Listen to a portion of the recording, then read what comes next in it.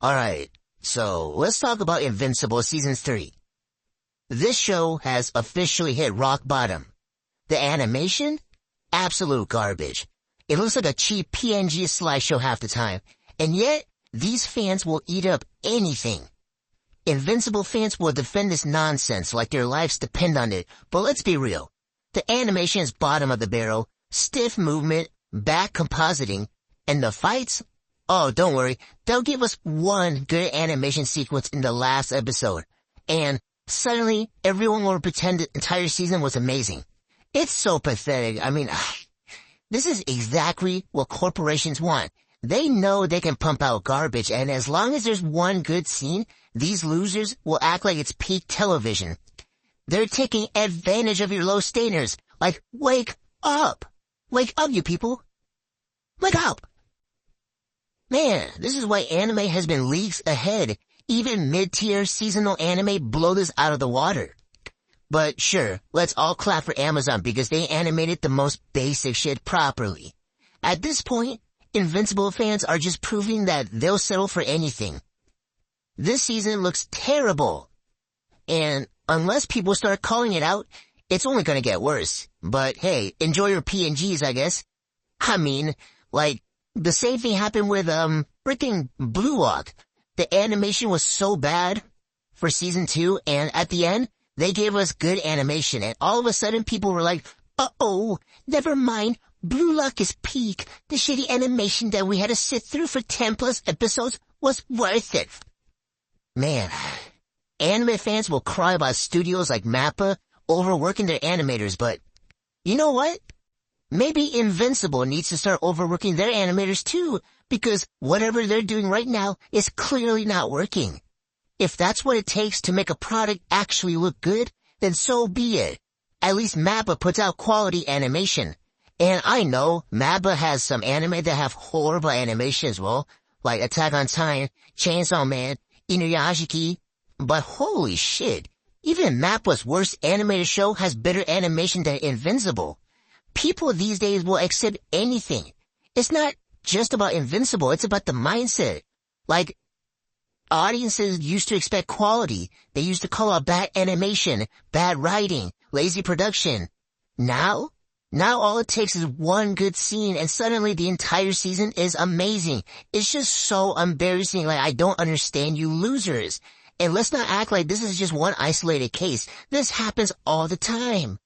A show will have mediocre animation and it's just as long as there's one flashy moment in the finale, everyone acts like the whole thing was a masterpiece. It's so pathetic. Like, my God, fans have been conditioned to lower their expectations so much that companies don't even have to try anymore. They know they can get away with it. Like, I mean, just think about it. Why would Amazon put in the effort to make Invincible look consistently good when they know it, fans will hype it up no matter what? They don't have to spend the money. They don't have to push for better animation. They don't even have to respect the audience. They just need a single well-animated scene, a few gory moments, and boom, instant praise. This is why corporations are winning. They've tricked people into believing that good enough is the same thing as good. I fucking despise you losers that defend this shit. Now, if you point out a show that looks bad, you get attacked by brainless fans who will defend it no matter what. They'll say stuff like, oh, you're just a hater. Why are you complaining? Stop complaining. Give me a break. This is not me complaining. This is me spitting out the objective truth. If you can't handle the truth, you're a weakling that deserves to be stranded on a remote island because you just lack the intelligence to truly comprehend what a good show is supposed to look like. It's like, the whole point of animation is to, animate things. Like animate things well. It's like, if all you care about is a story, go read the comic book. Like, if you're watching an animated show, the animation should actually be good. But no, instead we get people bending over backwards to excuse mediocrity. If you're one of the people hyping up Invincible Season 3 despite awful animation, congratulations, you're part of the problem. You're exactly the kind of low-standard, bottom-of-the-barrel consumer that corporations love, and they're gonna keep feeding you garbage because they know you'll never complain. Also, I want to talk about Conquest for a bit. Man, this is the most overhyped, overpraised, ultimately useless character in Invincible. Fans have been hyping this guy up for years, acting like he's the second coming of Jesus. And what did he actually do? Nothing. He didn't kill any main characters. He didn't change the story in a meaningful way. His entire fight was just another excuse for Merc to get beat up before making a comeback. People act like Conquest is some unstoppable force, but he had so many chances to actually kill someone, and he just didn't. Why? Because he's retarded, and the plot wouldn't allow it. Like, this show had to keep all the important characters alive, so Conquest is conveniently held back when it mattered most. He could have easily killed Oliver, like the guy was right there. He was holding him, and he was about to kill him by stretching the living shit out of him, but no. Instead of actually finishing the job, Conquest takes his sweet-ass time. It's like, the whole time I'm over here sitting in front of the screen like, you could have killed him in an instant. Are you fucking stupid?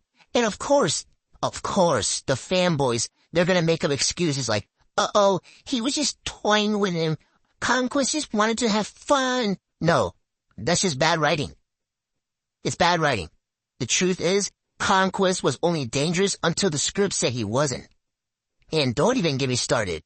Don't even get me started on that cringe monologue about him inventing, about him, that whole like trauma that he was having without Mark. Like, this is supposed to be some terrifying bloodthirsty Viltrumite, and he's just sitting there crying about how he's so lonely. Like, holy shit, this has to be some of the most pathetic characters I've seen ever. He's a freaking crybaby, man. Nobody cares about your tragic backstory. How about you shut up and dribble, okay? Nobody cares about how lonely you are. You're not scary. You're not interesting. And your fight was only hype because Invincible fans have the lowest standards imaginable. Like, this guy came in, talked big, got some punches in, and then died. That's it. And yet fans won't stop worshiping him. This is exactly why Invincible has no stakes. They want to have these brutal fights, but they never want to commit to actual consequences. Mark gets beaten half to death, but he just, he always walks it off. Eve gets impaled, but she's totally fine. Oliver, a literal child, gets stretched by Conquest and still lives. The plot armor is so bad, man. It's so bad. It's just, like, the show just pretends to be brutal while making sure all the main characters have invincibility armor.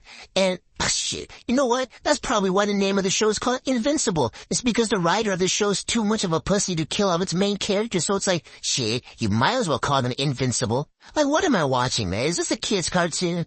Conquest was supposed to be this legendary villain, but he's just another overhyped character who showed up, did nothing meaningful, and got taken out in the most bullshit way possible. This man is probably thousands of years old, and he got his ass beat by a 20-year-old Viltrumite. Get the fuck out of here with this trash-ass show. If you think Invincible is peak fiction, you're retarded.